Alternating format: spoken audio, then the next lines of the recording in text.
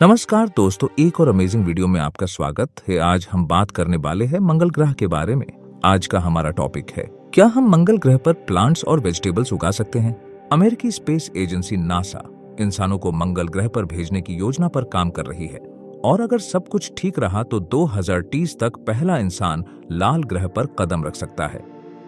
पर मंगल ग्रह को कॉलोनाइज करने का सबसे महत्वाकांक्षी प्लान इलॉन मस्क के स्पेस एक्स कंपनी का है, जो कि 2050 से हर 26 महीनों के दौरान करीब 1 लाख कॉलोनिस्ट्स को मंगल ग्रह तक भेजने की योजना पर काम कर रहे हैं। उनका प्लान मंगल ग्रह पर एक ऐसे सेल्फ सस्टेनेबल कॉलोनी का निर्माण करना है जहां करीब 10 लाख लोग बिना पृथ्वी के सहायता के वहां रह सकेंगे।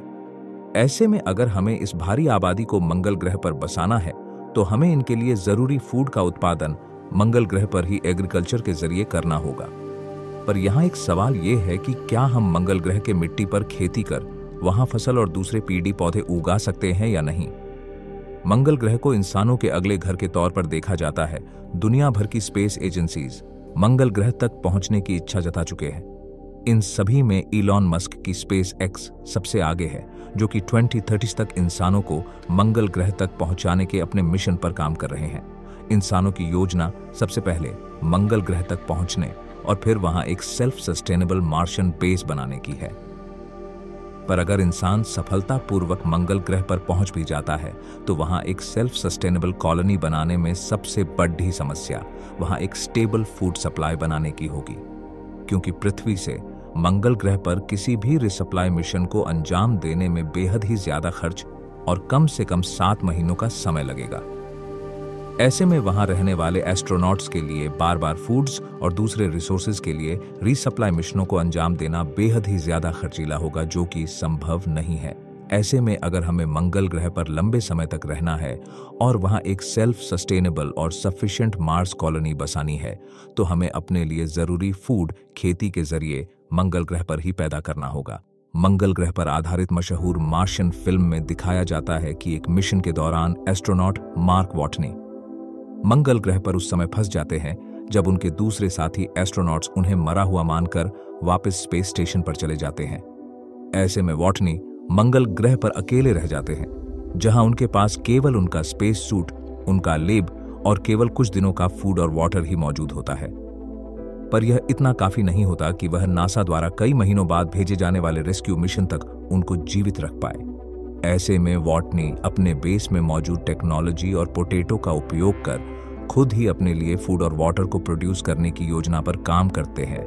वो अपने लेब के अंदर एक छोटा आर्टिफिशियल फार्म बनाते हैं, जहां वो उनके क्रूमेट्स के ह्यूमन वेस्ट को न्यूट्रिएंट्स की तरह उपयोग कर मार्शियन सॉइल में पोटैटोज उगाते हैं और साथ ही अपने लिए पानी की व्यवस्था भी करते हैं। अब सवाल आता है कि क्या मंगल ग्रह पर आलू उगाया जा सकता है?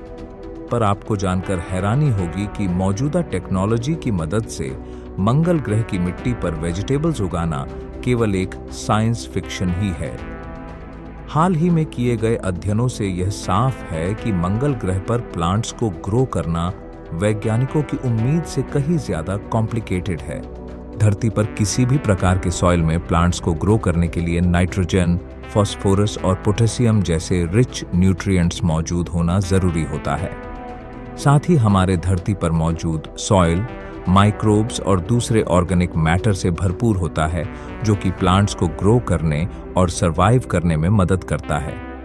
वहीं दूसरी ओर मंगल ग्रह का सॉइल मुख्य रूप से क्रश्ड रॉक है, जहां प्लांट्स को ग्रो करने के लिए जरूरी न्यूट्रिएंट्स मौजूद नहीं है। ऐसे में अगर आपको मंगल ग्रह के सॉइल में प्लांट्स को ग्रो करना है तो आपको दूसरे तरीकों से जरूरी न्यूट्रिएंट्स इसके सॉइल तक पहुंचाने होंगे। वही कुछ लोग ऑर्गेनिक डीकंपोज्ड खाद के जरिए भी ये जरूरी न्यूट्रिएंट्स सॉइल और प्लांट्स तक पहुंचाते हैं। इन तरीकों से हम किसी भी फसल को अपनी तेज ग्रोथ के लिए जरूरी न्यूट्रिएंट्स मुहैया कराते हैं।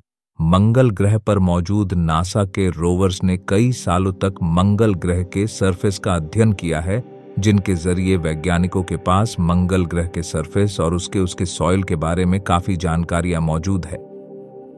अध्ययनों में पता चला है कि मंगल ग्रह के मिट्टी में ये जरूरी न्यूट्रिएंट्स मौजूद तो है, पर वो काफी कम मात्रा में मौजूद है, जो कि किसी प्लांट्स को ग्रो करने में सक्षम नहीं है।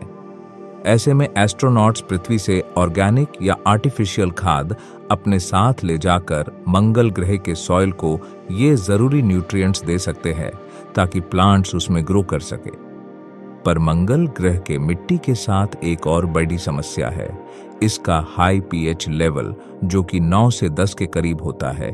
एस्ट्रोनॉट्स को इसे 7 के करीब लाने के लिए भी उपाय करने होंगे और सबसे जरूरी यह है कि इसे ग्रोथ के लिए कम से कम न्यूट्रिएंट्स की आवश्यकता हो ताकि यह मंगल ग्रह के कम न्यूट्रिएंट सॉइल में बिना किसी परेशानी के आसानी से ग्रो कर सके। साथ ही हमें धरती पर मौजूद माइक्रोब्स को मॉडिफाई करना होगा ताकि यह मंगल ग्रह के सॉइल को डिग्रेड कर उसके क्वालिटी और न्यूट्रिएंट्स को बढ़ाने में सक्षम हो। ऐसे में आपका क्या सोचना है कि क्या भविष्य में मंगल ग्रह पर खेती संभव है या